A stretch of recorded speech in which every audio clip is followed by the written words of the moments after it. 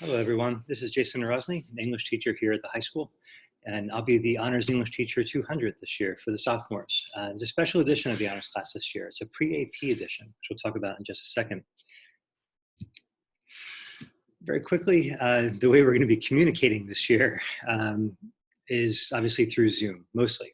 We'll be using this regularly, and of course, Google Classroom. All work, all deadlines will be posted there. I'll be available for extra help before school for those in the building, and certainly after school for everyone. Starting at around 1:20 after lunch until the end of the day. We can speak via email, we can work on an assignment doc together, and if the students need to, we can meet in Zoom, whether in groups or individually. So the elephant in the room, what does pre-AP mean? And I know it certainly caught the attention of a lot of the students this year when I mentioned it. So I've been given the honor of teaching this pre-AP program for the first time here in Rutherford. We're piloting the program to basically improve our overall AP program in the school. We'll be using an pre-AP textbook that sort of augments our regular honors curriculum. And the overall goal would be to sort of vertically articulate all the honors classes as the students move up, hopefully into AP their junior and senior year. This will allow students to make a more informed choice about whether AP is right for them. Also, hopefully improve their eventual AP scores if they take AP Language in junior year or AP Lit senior year. How is it different?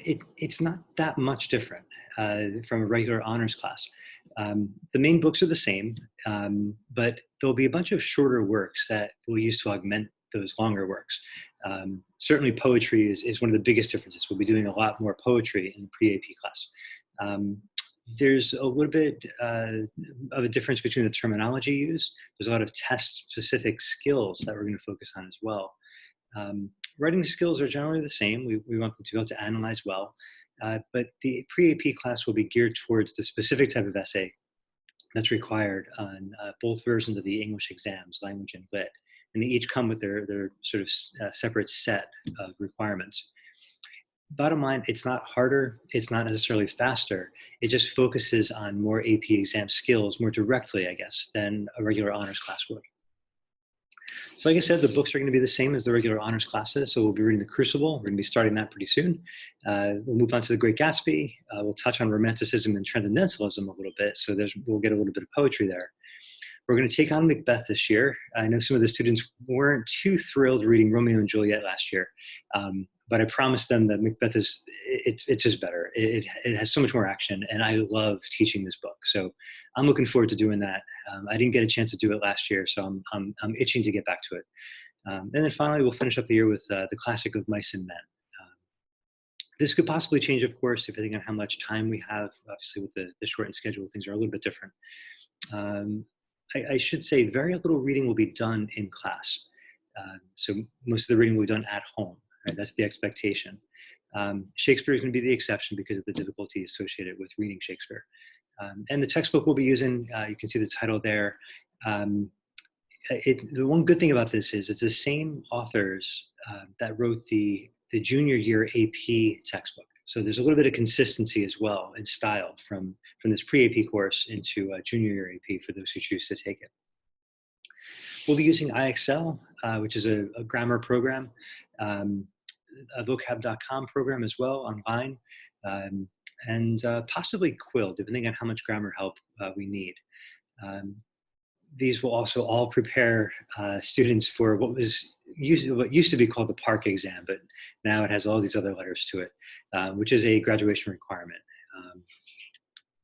Grading system is pretty straightforward, 10% for homework, quizzes 15, writing assignments 30%, so a little bit more emphasis on essays and general writing skills. The one big difference, I think, would be the class participation at 20%.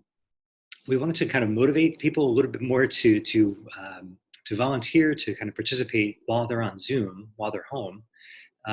But we also wanted to include some classwork in that. So it covers those who might be a little bit too uncomfortable speaking on Zoom, being on video on Zoom, and just generally, those shy students who don't tend to participate much anyway, will still get a chance to get some points by simply doing the classwork that's required.